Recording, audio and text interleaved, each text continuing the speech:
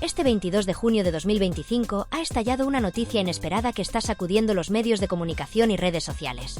Alejandro Sanz ha iniciado una ofensiva legal contra Ivette, la mujer que hace unos días generó un gran revuelo al participar en el programa de Viernes, donde ofreció declaraciones comprometedoras en su contra. Según ha podido saberse a través de fuentes cercanas, el cantante ha puesto el asunto en manos de su equipo jurídico y ya se estarían preparando las correspondientes demandas para responder a las acusaciones que considera totalmente falsas, malintencionadas y sin respaldo alguno. La situación ha evolucionado con rapidez, y ha sido en el programa Fiesta, presentado por Emma García, donde se han revelado detalles inéditos sobre la reacción del artista y el futuro legal que afronta esta polémica. Todo comenzó con una breve intervención en directo, en la que la propia presentadora reveló que había mantenido una conversación telefónica con Alejandro Sanz.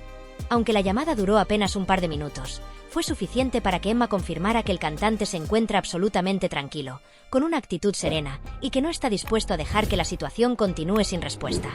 Según sus palabras, Sanz expresó que estaba compartiendo tiempo con su familia y que no permitirá que se utilice su nombre para fines mediáticos o económicos. Lejos de mostrarse alterado, el artista parece haber encontrado cierta paz en medio del escándalo, aunque con la determinación de actuar legalmente. En el mismo programa, Luis Royan, colaborador habitual y amigo personal del cantante desde hace muchos años, intervino para confirmar que Alejandro le había contado en privado que ya ha dado el paso de acudir a la vía judicial. Sus declaraciones fueron tajantes. Está todo en manos de sus abogados. Esta chica debería prepararse, porque no se va a quedar así. Según Royan, no es la primera vez que el intérprete se ve envuelto en una situación compleja, pero esta vez ha optado por tomar medidas desde el principio. Durante la charla con Emma García, también se dejó entrever que el equipo legal de Sanz ya ha recabado toda la información necesaria para defender su imagen y que no permitirán que esta situación se banalice ni se quede impune. Lo más preocupante del testimonio de Ivette, y lo que habría encendido todas las alarmas, fue la utilización de expresiones extremadamente graves, entre ellas la acusación de depredador sexual, una afirmación que ha sido calificada por muchos como escandalosa y sin fundamento. Tanto los colaboradores del programa como expertos legales han coincidido en que, aunque se trate de un señalamiento muy serio, podría no tener peso penal si no existe una base probatoria sólida detrás. No obstante, el daño mediático está hecho, y es precisamente ese impacto el que Alejandro pretende reparar a través de la justicia. Durante la emisión también se recordaron otras ocasiones en las que Sanz ha sido blanco de intentos de difamación. Se mencionó, por ejemplo, aquel caso en el que un extrabajador doméstico intentó extorsionarle con una historia fabricada sobre una supuesta paternidad.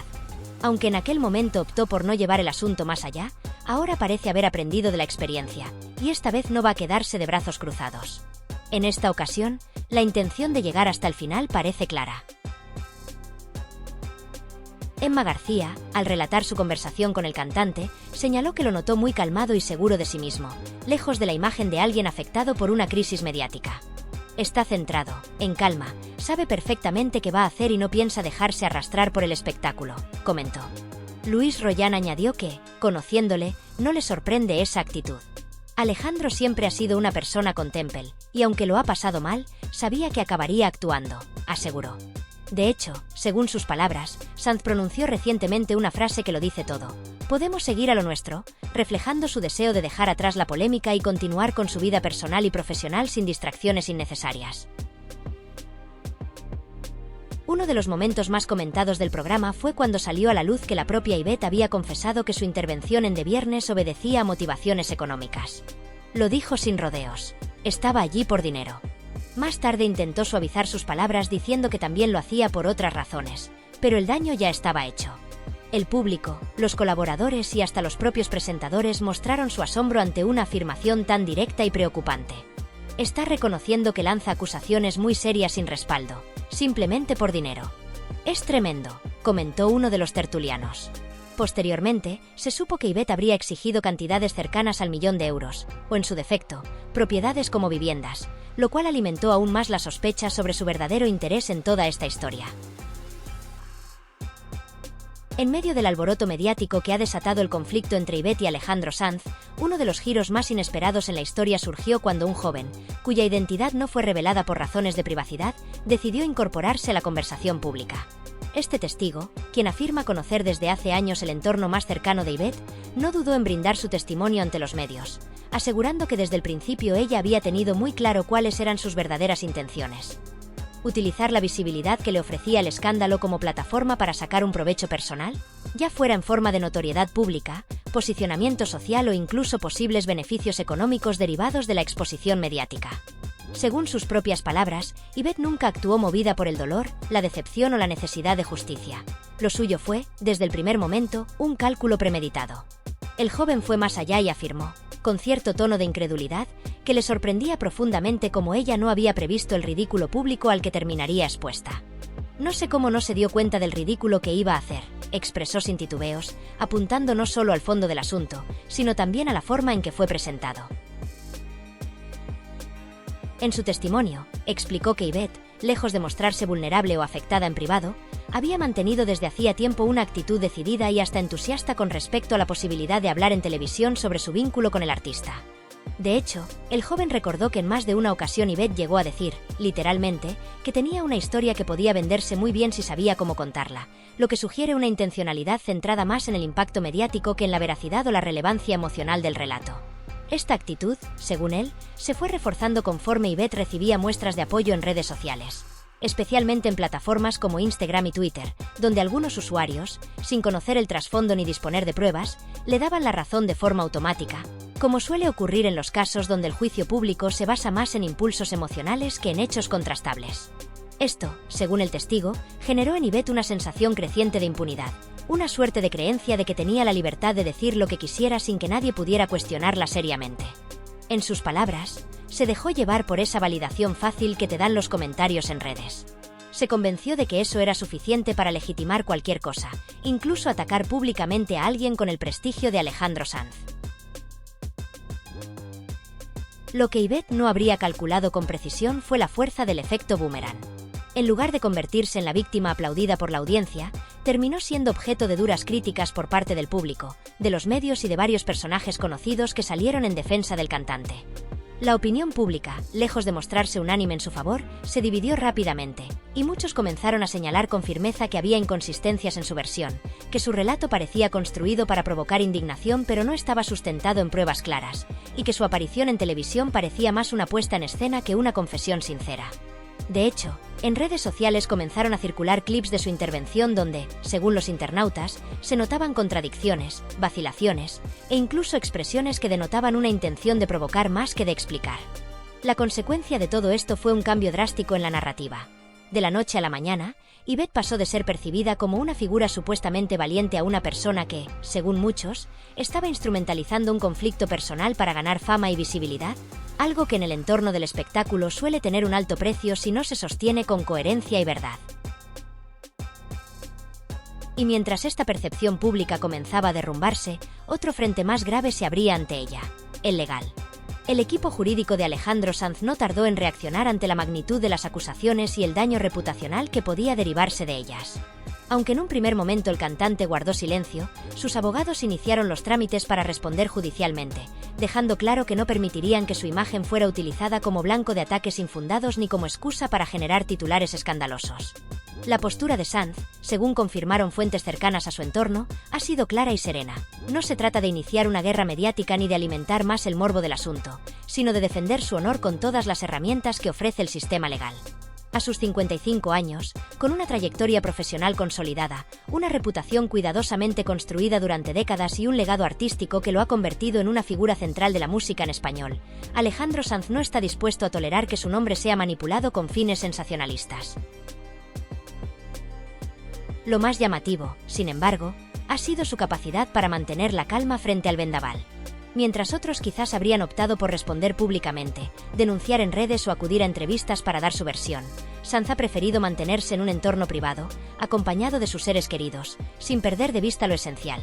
Lo que está en juego no es solo su imagen, sino la verdad, el respeto por la vida privada y la necesidad urgente de marcar límites en una era donde la televisión y las redes sociales parecen haber sustituido a los tribunales como espacios de juicio.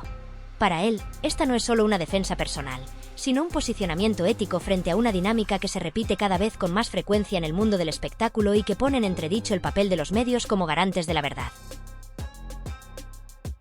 A pesar de su silencio, el respaldo de sus seguidores ha sido abrumador. En redes sociales, miles de mensajes han inundado sus perfiles, la mayoría de ellos cargados de afecto, admiración y una defensa firme de su integridad. Muchos de estos mensajes recuerdan momentos icónicos de su carrera, su compromiso con diversas causas sociales, su perfil bajo lo personal y, sobre todo, la coherencia con la que siempre ha manejado su figura pública. Se han creado hashtags de apoyo, se han difundido vídeos defendiendo su inocencia y se han publicado hilos detallados desmontando las afirmaciones de Yvette, todo ello sin que él tenga que decir una sola palabra. El mensaje es claro: Alejandro no está solo. Se espera que en las próximas horas haya un comunicado oficial por parte de sus representantes, en el que se detalle la posición legal del cantante y se adelanten posibles acciones en defensa de sus derechos. Mientras tanto, el país entero observa con atención el desarrollo de una historia que ha pasado de ser una simple anécdota televisiva a una disputa con implicaciones jurídicas, sociales y mediáticas de gran calado. Todo apunta a que este caso no solo marcará un antes y un después en la forma en que se abordan los conflictos personales en televisión, sino que también podría sentar precedentes importantes sobre los límites de la libertad de expresión, la responsabilidad de los medios y la protección de la intimidad en la era digital. A la vista de todo lo ocurrido, parece evidente que el asunto no ha hecho más que comenzar. Los próximos días serán determinantes para conocer el desenlace de esta batalla que, más allá del ruido mediático, encierra una cuestión fundamental. ¿Hasta qué punto se puede permitir que alguien sea acusado públicamente sin pruebas y con qué consecuencias? Alejandro Sanz, con serenidad, firmeza y elegancia, ha decidido decir basta, no con gritos ni con ataques, sino con hechos, con principios y con el respaldo de quienes creen en la verdad.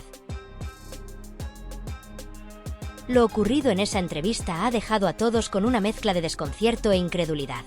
Aunque los hechos ya eran conocidos, lo que realmente generó revuelo fue la forma en que Yvette decidió exponer su historia públicamente. Aquel viernes no fue uno cualquiera. Ella optó por compartir su testimonio en televisión, pero lo hizo de una forma que muchos consideraron innecesaria, incluso inapropiada, como si la exposición fuese más importante que el contenido. La narrativa, lejos de generar empatía, se percibió como un espectáculo montado con fines personales. Antes de que la entrevista comenzara, incluso se recurrió a colocar un filtro en pantalla, con la excusa de suavizar las imágenes. ¿Qué clase de contenido necesita de un filtro para ser mostrado? Pues, según ella, lo que ocurrió en ese vínculo con Alejandro Sánchez sobrepasaba los límites de lo aceptable. Pero, ¿a qué límite se refería exactamente? Según Yvette, a sus propios estándares éticos y personales. Cuando relata el inicio de su relación íntima con Alejandro, cuenta que se derrumbó una imagen idealizada que ella misma había construido. El hombre que había admirado, casi venerado, resultó ser simplemente alguien más, una persona común, sin el aura de perfección que ella había proyectado. Ese descubrimiento marcó, según su versión, el principio del fin. A partir de ese punto, la narrativa dio un giro dramático. Lo que parecía una decepción sentimental se transformó en una ofensiva mediática en la que, claramente, también había un interés económico. Ella misma lo admitió entre líneas. Había una motivación monetaria detrás de todo esto. De hecho, confesó que sí, que su objetivo, al menos en parte, era obtener una compensación. Y no era una cantidad menor. Hablaban de cifras de 4 dígitos elevados, detalladas en documentos, en PDFs enviados a representantes, como si se tratara de una transacción pactada más que de una denuncia con propósito moral. A lo largo de la entrevista, hubo momentos particularmente incómodos. Por ejemplo, cuando mencionó un episodio en la piscina de la casa de Alejandro o el comentario sobre las heridas en la rodilla por culpa, supuestamente, de las moquetas de hotel. Estos detalles que pretendían ser pruebas de algo oscuro, en realidad terminaron restando credibilidad a su relato. Y para colmo, cuando se hizo alusión a un supuesto incidente en un supermercado con una crema corporal, el absurdo se elevó aún más. Nadie entendía cómo eso podía considerarse cuestionable desde el punto de vista ético. Lo más llamativo es que antes de que todo esto saliera a la luz, había quienes ya conocían parte de la historia. A mí me lo comentaron en su momento, en tono confidencial, como si quisieran tantear mi opinión. Me dijeron, ella quiere hablar, pero no sabe cómo hacerlo. Mi respuesta fue clara: si realmente hubo algo grave, primero se acude a la policía, no a la televisión. Y si no hay nada que denunciar formalmente, entonces el testimonio pierde peso y se convierte en simple sensacionalismo.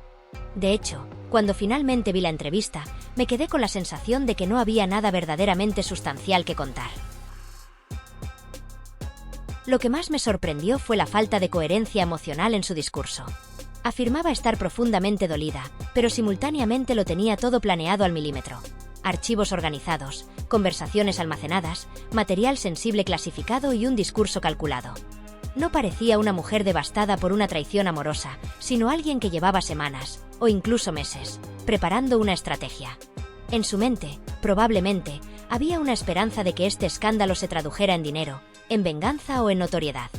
Llegó a pensar, tal vez, que Alejandro invertiría en negocios familiares, que se casarían, que todo desembocaría en un cuento de hadas. Pero no fue así. Lo que hubo fue una relación fallida, como las hay miles.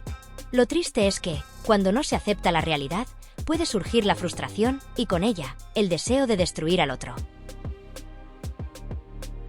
Incluso cuando se menciona la cifra del €1.000.000 que exigieron sus representantes o abogados, se confirma que ya había habido un acercamiento anterior de Alejandro con un medio. No era todo tan improvisado como parecía. La historia, más que una revelación, se convirtió en una puesta en escena. Y lo más ridículo de todo es que esa colección de pruebas comprometedoras que tenía preparada parecía más un intento desesperado de chantaje emocional que una denuncia creíble. Desde mi perspectiva, lo que vi fue a una mujer dolida, sí, pero más aún desorientada. No lograba articular con claridad los motivos de su enojo, ni explicar por qué necesitaba venganza. Se limitó a decir que él había sido injusto con ella, pero sin llegar a contar nada verdaderamente reprobable. Es cierto que Alejandro no le ofreció directamente dinero, no hubo una propuesta explícita sobre la mesa, no se redactó ningún documento ni se estableció una cifra cerrada en el transcurso de esa conversación puntual. Pero lo que sí es verdad es que esa cantidad económica ya había sido tratada previamente en privado, en conversaciones mantenidas con anterioridad, en las que se discutió, de forma más o menos ambigua, la posibilidad de una compensación económica que, según ella, servía como una especie de reconocimiento tácito de culpa.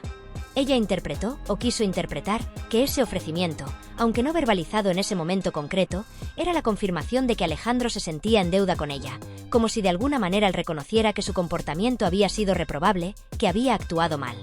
Lo tomó como una disculpa encubierta, una forma silenciosa de reparar el daño causado sin tener que decirlo abiertamente frente a las cámaras o a un juzgado.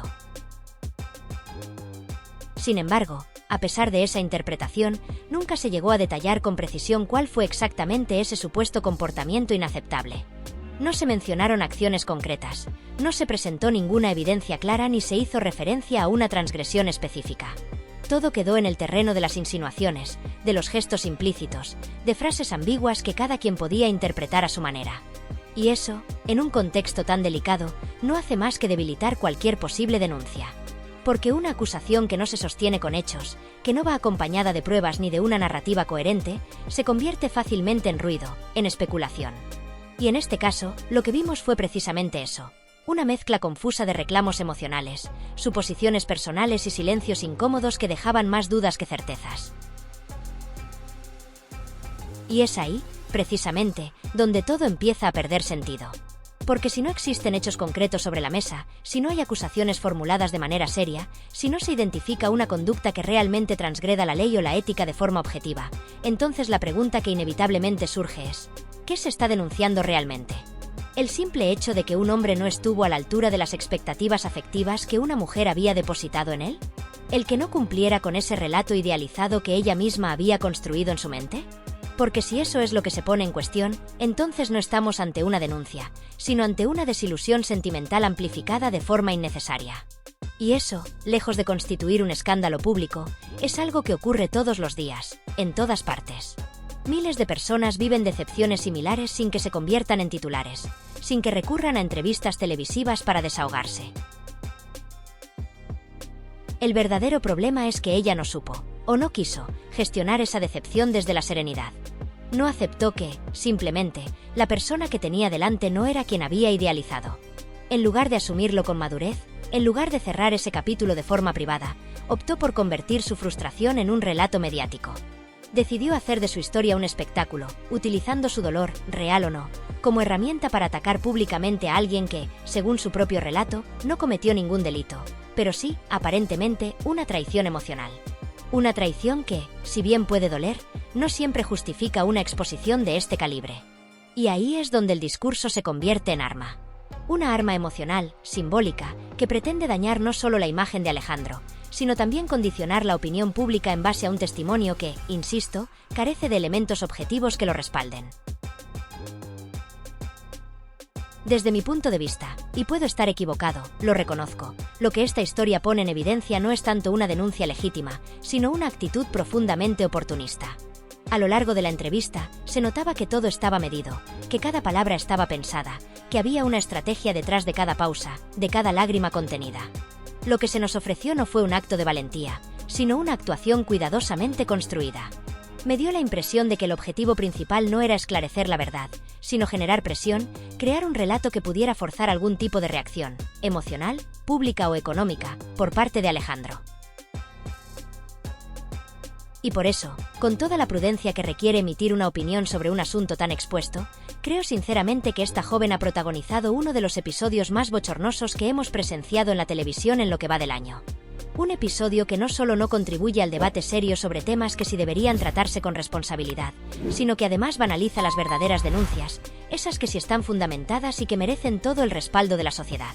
En un panorama mediático ya saturado de polémicas artificiales, de escándalos construidos sobre la nada, esto no es un caso más. Es un síntoma preocupante de cómo se puede trivializar el dolor y convertirlo en espectáculo cuando lo que faltan son límites y lo que sobra es ambición.